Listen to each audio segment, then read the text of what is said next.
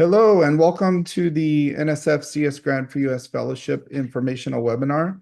I am Eric Russell, Director of Educational Initiatives at the Computing Research Association, and I'm joined today by colleagues, other program leaders, Susanna Hambrush from Purdue University, Lori Pollock from University of Delaware, and then we have our CRA team, Sheila Khan and Kaylee McDonald.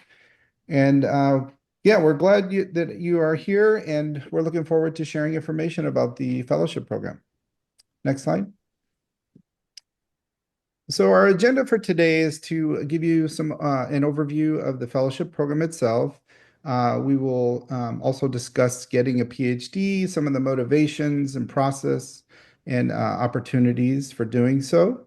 And then we'll go into greater detail about the fellowship program and the mentoring program component of that as well. And that'll include the program and timeline, some support, eligibility, and also what you're very interested in is the application. And then we'll have some time for Q&A at the end. Next slide. So the NSF CSGrad4US Fellowship Program was launched in 2021. You can move on to the next slide, please. Was launched in 2021. And the goal is to increase the number of domestic graduate students pursuing research and innovation careers in science fields. And so these are defined as computer science, computer engineering, or information science. And so it provides an opportunity for bachelor's degree holders. A lot of times individuals will get their bachelor's and then head off into industry or other sectors. And so this provides an opportunity for them to come back to pursue these PhD programs in size. And so like I said, it was started in 2021. We've had 4 application cycles so far. And with the latest cohort 4 from last year, currently applying to graduate school. Next slide. And so where are the fellows now? So currently we've had a total of 116 fellows so far. And you can see here on the map, it's kind of spread around the United States. The next slide. And here's a list of the institutions where they are currently attending. Next slide, please. I'll go ahead and hand it over to Dr. Lori Pollock to talk about getting a PhD. Lori? Okay, so we're going to talk a little bit about the motivation for getting a PhD, the process and opportunities that you will be given once you finish a PhD. Next slide. So there's a lot of different reasons why people go on to pursue research, and in particular through the training of a PhD program. Some people would say they just I want my work to have a greater impact on society, and they believe that research is a way of having that great impact on society. It furthers the frontier of knowledge and helps to build new innovations. Some people work with people who already have a PhD, and so they would also like to have that training so that they can collaborate better with others. Some people think that being a researcher just sounds exciting. Research is a fun experience. It's always doing lots of new innovation, creative thought, and a lot of people get very excited about just the concept of research. So why not get a PhD so that you can continue with that throughout your career? And some people would like to pursue an academic career as faculty, and in most universities, you need a PhD in order to be a faculty member. Next slide. So before you actually go through with applying to a PhD program or graduate school, you really do need to think about certain things. One is you need to actually know what do we mean when we say research? What is research as opposed to developing software? You need to have some idea of what research interests you have. It might not be real specific, but are you interested in graphics? Are you interested in robotics? Are you interested in data science? Like, what kinds of research are interesting to you? You don't need to have an actual research experience as an undergrad or in industry if you're when you're coming from industry. You just have to have some idea of zeroing in on what research sounds most interesting to you. It is very helpful if you have some kind of technical background for those research areas that you're interested in and the PhD programs that you're interested in.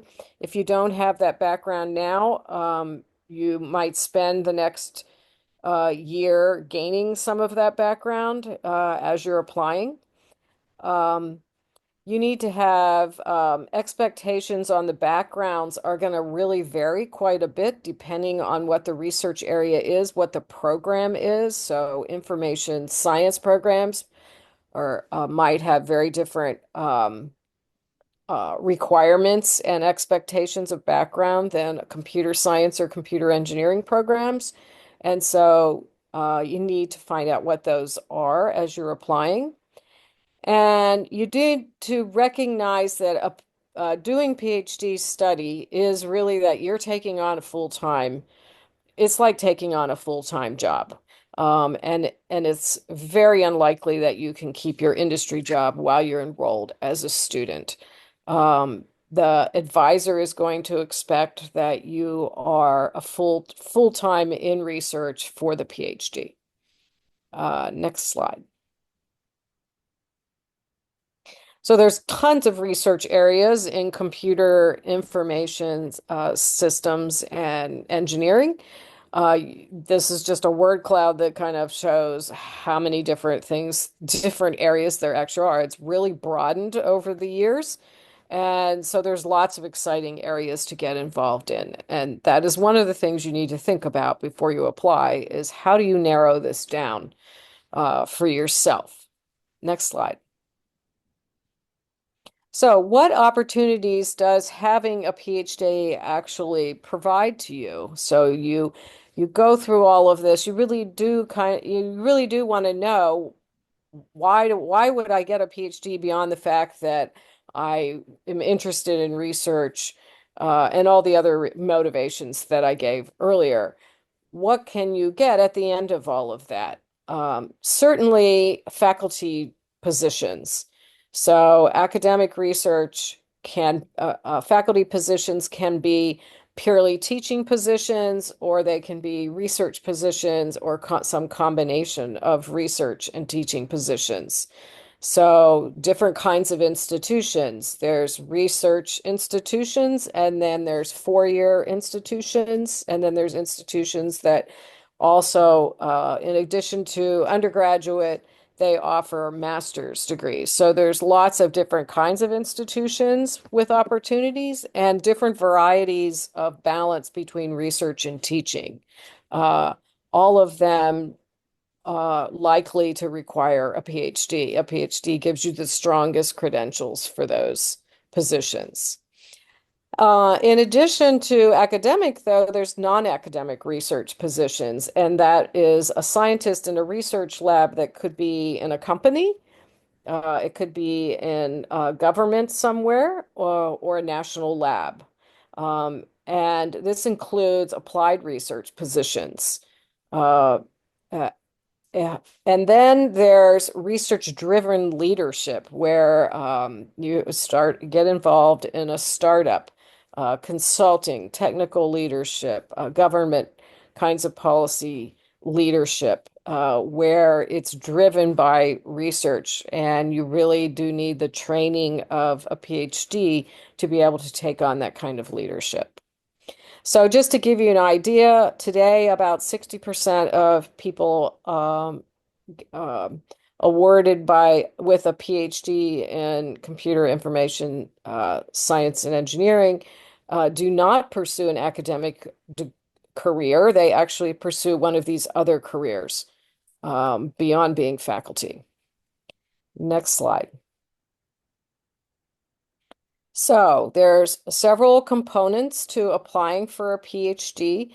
Three three major basically the key here is you need to tell your story. You need to figure out what is your story that makes you unique in going for a PhD and pursuing research at a research institution. And you basically have three components to give you that opportunity to um, or to tell your story. One is your transcripts. One is letters of recommendation from other people who know you really well and can talk about you. And the other is your own personal statement that you'll write. And sometimes you'll write two different personal statements. Some schools require GRE scores, most of them do not. So basically, you're telling most of your story is being told through your personal statements and your letters of recommendation. But the idea here is it sounds simple. You just have to figure out what is your story, but you have to tell it, spend a good time figuring out how do I tell it the best way to convey it to the people who are looking at your application. Next slide. So a question that we get a lot is returning from the workforce to pursue a PhD a common pathway? Next slide. So there's most common pathway to a PhD is truly going directly from your undergrad institution right into a PhD program.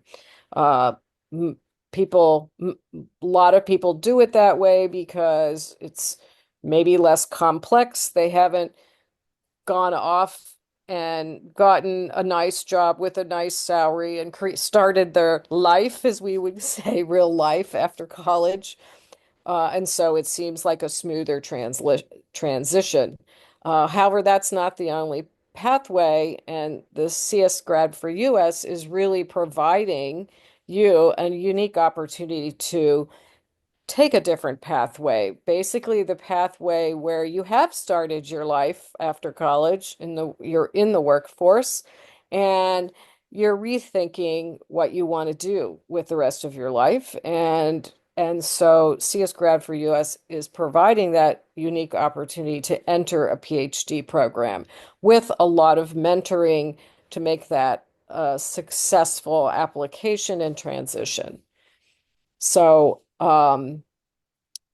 your previous instructors, your funding agencies, software companies, research labs all believe many individuals with potential for research went to the workforce after their BS. And that's why this program is being offered. That a lot of you did leave, you would be awesome researchers, awesome PhD students, and we just need to figure out how to get you back to the PhD program. Next slide. And this kind of gives you an idea of the cohort, just the most recent cohort 4. Um, when did these people actually finish their BS degree? And you can see that most of the people who are coming back for their PhD from the workforce, at least through CSGrad4US, are coming back mostly in the last 5 years after getting their bachelor's degree. Definitely within the last 10 years, but mostly within the last 5 years. But it's not just like they just graduated last year and turn around and come back to school. You can definitely see there's a variety of numbers of years of how long they've been out and making these decisions to go back.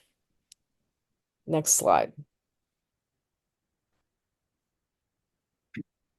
Okay, I will take over from here and talk a little bit more about the fellowship program, and then especially the mentoring component, which is what we run in the fall semester of the year that the awards are made. So next slide, please.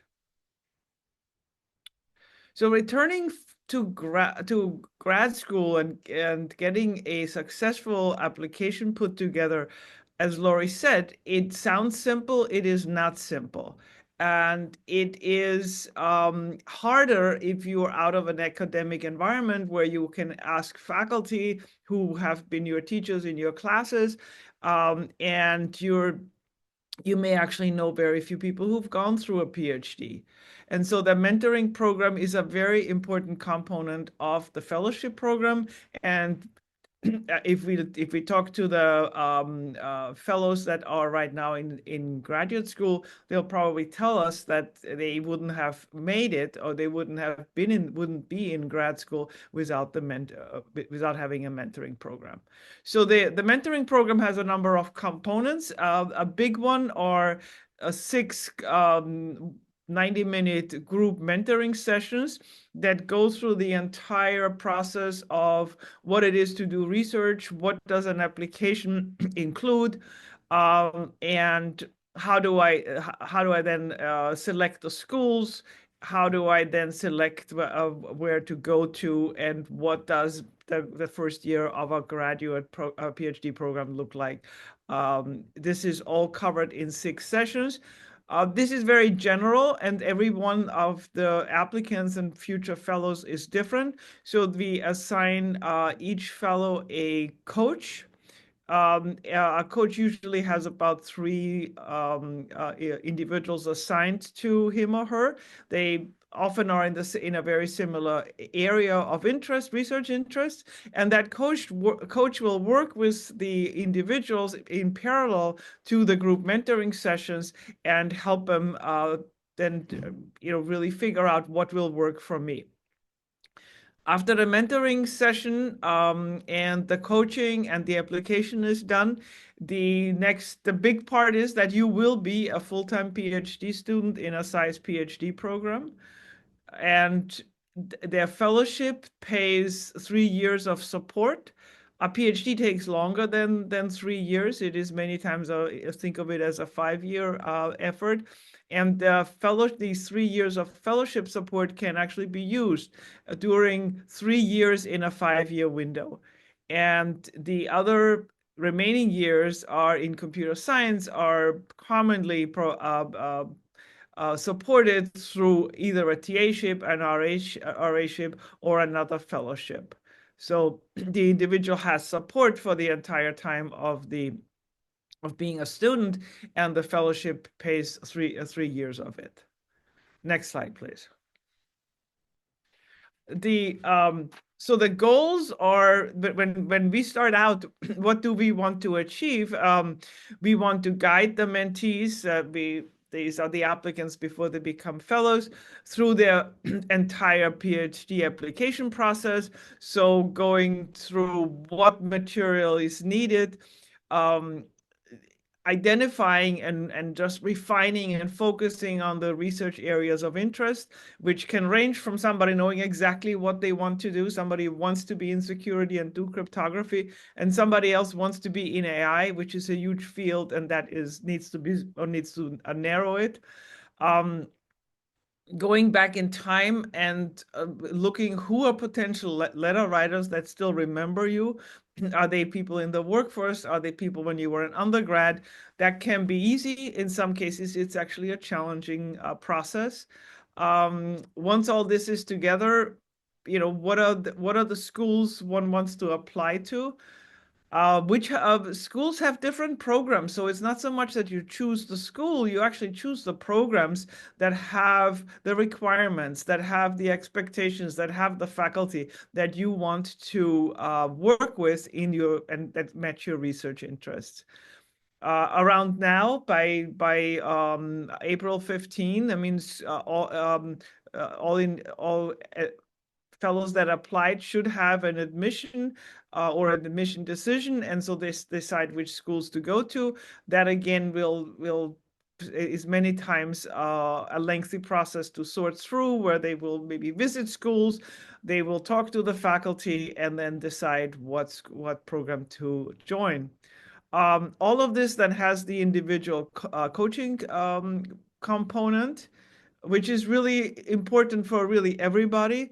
We also have, this is now the 5th cohort coming up. In the first 4 cohorts, the fellows are in different stages of their research career, and they are available for input, for answering questions. There also are, some of them are on a panel during the fall semester and share their experience.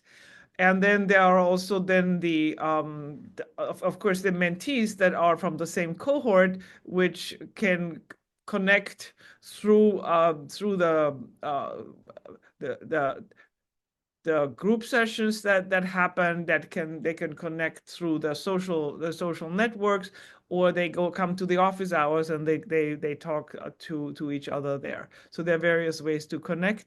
In the first year, there's a mentoring that continues for especially for those PhD students now that are in a program where this isn't quite the mentoring isn't available in the school they are. And then the entire program runs an evaluation component throughout the PhD study to sort of determine how successful is the program. So these are the goals and the components of the mentoring program. The next slide. We do get a lot of feedback from the fellows, and we have selected some that sort of reflect the things we see a lot. Coming back from the workforce and entering this academic world again, it's quite common that even successful individuals are not quite sure about doing it. They're not as secure about that they really are qualified to get a PhD. And I think the programs and all of its components usually help them along. The mentors, the individual mentors or the coaches are important. So many of them form a relationship that becomes, very important to getting the application done and may actually last beyond that process. And that's what we're really happy to see. The other mentees in office hours, people sometimes join and just want to hang out and see what are other people asking, because they know they have questions, but I want to hear somebody else asking the questions that I really care about. And then just in the entire program, you meet a range of professors and you meet students in the different size fields, and all of them give information that is generally very useful to them. And we also have some fellows who actually applied to the PhD program before and found it to be a very lonely and very confusing process. And then they apply again through this program, having received the fellowship. And they're just really saying that was so much better. That was much easier. And I now fully understand what I had to do and how to achieve my goals. So these are the common themes we see. And the next slide on the timeline. So the timeline, to give you a sense on the mentoring program, of course, runs in the fall of, now that would be fall of 25. If we start where we are today, is that you are an individual interested in a PhD, you have an undergraduate degree in CS or any related size field. Most of you will have industry experience or other job experience, and you're interested in research and a PhD, and you know how to articulate all that and submit an application. And if your application is successful, then you become a mentee in this mentoring program. And what starts then is getting started on the different pieces yet you have to have. The first step is to update your resume to be relevant for an academic audience. You write a statement of purpose, which talks about the research you want to do, and a personal statement, which talks about you as a person and how it relates to the research you want to do. You identify with your coach letter writers, and you typically have to have 3 letters for a grad school application, and you work both in the group sessions, we will go through different schools and different programs and how to select them and how to understand what they are all about. You will we'll do this with your coach and select the schools to apply to, and if needed, study and take a GRE. So that happens until about October. Then comes the submissions part, where the letter writers will be asked to write the letter. They get your resume and all the statement of purpose and other statements and transcripts and everything you prepared. You finalize everything on the application material and you submit your application. The deadlines are late fall, sometimes early January. They vary a little bit from school to school, but pretty much by the end of November, you will have all these things completed. And then you wait. That's can be a period where we had some mentees who start reviewing their coursework. They're trying to sort of understand, what have I forgotten? What should I know? Maybe some read some papers of possible advisors they have put on the application. And then in the spring, you hear back from the schools. You may hear back from a faculty member who wants to talk to you even before you are accepted. Once you're accepted, you go and visit schools, you find out about the programs, and you meet the students there. And then by April 15 in 2026, you'll make a decision on which school and which program to attend. So that's where we are, of course, as with the cohort 4. That's where our cohort 4 is today. Next slide. Just to clarify, we talk about SCIES PhD programs, and that's actually something that the mentoring program will address a number of times. In a nutshell, it's all the PhD programs that are offered by a computer science department, a computer and information sciences department, a computer engineering department, or program in a broader engineering department. All programs in a school or college of computing, which usually have more breadth, and then selected interdisciplinary programs that are where the application is done through a SCIES department. There are many interdisciplinary programs that are not SCIES programs. In addition, some other ones that are not SCIES programs are other engineering programs, material and mechanical engineering, material engineering, and so on, are not SCIES programs. Business schools are, even if they have computing sounding programs, are not SCIES programs. Programs out of the medical schools are not, and other departments like psychology and education, or any of them, even if the program does have the word computing in it, is not a SCIES program. So next slide. So I'm continuing for Kelly because there is a Zoom outage as we speak. So we actually don't have real participants. We also don't have Kelly here. So I am finishing her slides. So next slide. The fellowship is awarded to the fellow, to you, and it is then paid to you on a yearly basis. So it's paid it's paid to the institution. The institution pays it then to you, and the institution also gets a annual cost of education allowance, which covers which they agree covers the tuition and covers benefits. So it is every year you basically have to declare, am I using this fellowship or am I not using the fellowship? And in total, this comes then to 53K for 3 years, and that's the money that you pays for the tuition and your stipend. It's also true that if you were to change institution, you can take that fellowship with you. It can change from one institution to the other if you were going to do that, because it's made out to you, not the institution. And the mentoring and coaching programs that this CSGrad4US has will guide your application and will identify your research interests and will help you get ready for starting your work as a PhD student.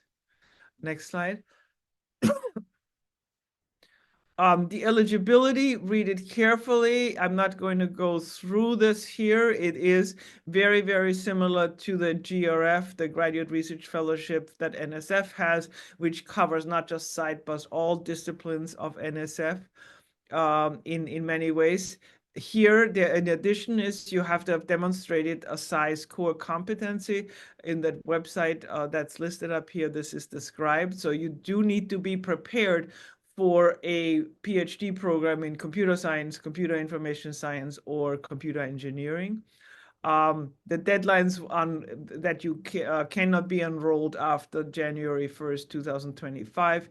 You've never been enrolled and have no pending applications, and you are prepared to attend graduate school at a research-based doctoral degree program no later than fall of 27. So you can apply in the fall of 25 with a start of 26, and you can apply a second time or delay applying the first time, where you then start your application in the fall of 26.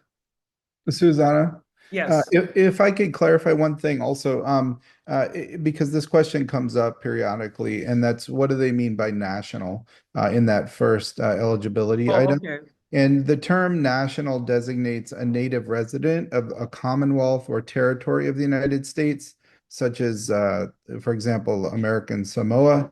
It does not refer to a citizen of another country who has applied for U.S. citizenship and who has not received U.S. citizenship by the application deadline. So just wanted to provide that context there. Thank you. Thank you. Yeah, you bet. Okay. Next slide. So a little bit more about the SCI's competency. Like Lori said in the very beginning, is the requirements and the expectation on background are quite different, whether you are in information science, you are in a traditional computer science program, you are in a computer engineering program. And so the background is somewhat different, but there is a common part in it. And so SCI's competency and a bachelor or a master's in CS, CIS, CE fulfills the SCI's background. A minor in any of those three areas or equivalent coursework generally fulfills the SCI's competency. A minor is on average 5 courses, so it's sort of the first 2 years plus a little bit more from an undergrad curriculum. Quite a number of CS plus X undergrad degrees contain a minor in them, and so that satisfies the SCI's competency. And equivalent workforce experience would have to, in your application, you'd have to really explain that that you had a bachelor in physics, computational physics, and you have worked as a software engineer in the last 6 years, and here is what training I had. That would also fulfill a SCI's competency. And it is really important in the programs one looks at to really look very carefully at what's expected. Some iSchool may have a non-computing related expectation on coursework. Some of the programs may have a statistics background that is stronger than the average one. Interdisciplinary programs may also be different.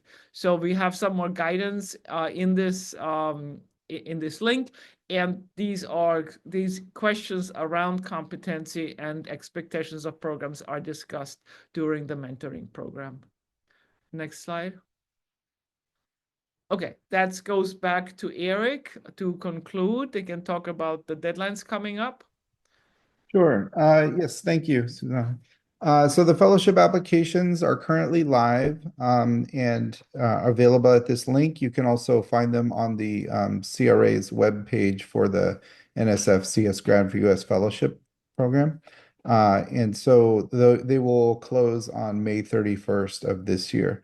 And so we encourage you to apply and apply early. It does take some time to really think through your application and respond accordingly. So yes, please start your applications soon, and we look forward to receiving those. Next slide. Okay. So I have to say that there has been a Zoom shortage reported about 3 p.m. when we started. And it's significant from what I can see. So we lost all of you. So the questions that you wanted to ask, we now have to close without your questions. And Eric and the team will be back in touch in how to handle that in the future. Okay. All right. Thank you, everyone. Thank you. Thanks, everybody.